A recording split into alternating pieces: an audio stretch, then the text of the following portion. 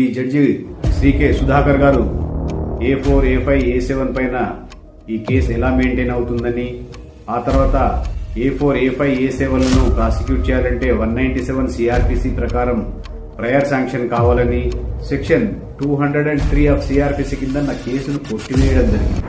ఇది పక్షపాత వైఖరి, వివాదాస్పద వైఖరి, విశ్వాసాన్ని నమ్మగలిగే అటువంటిది కాదిది.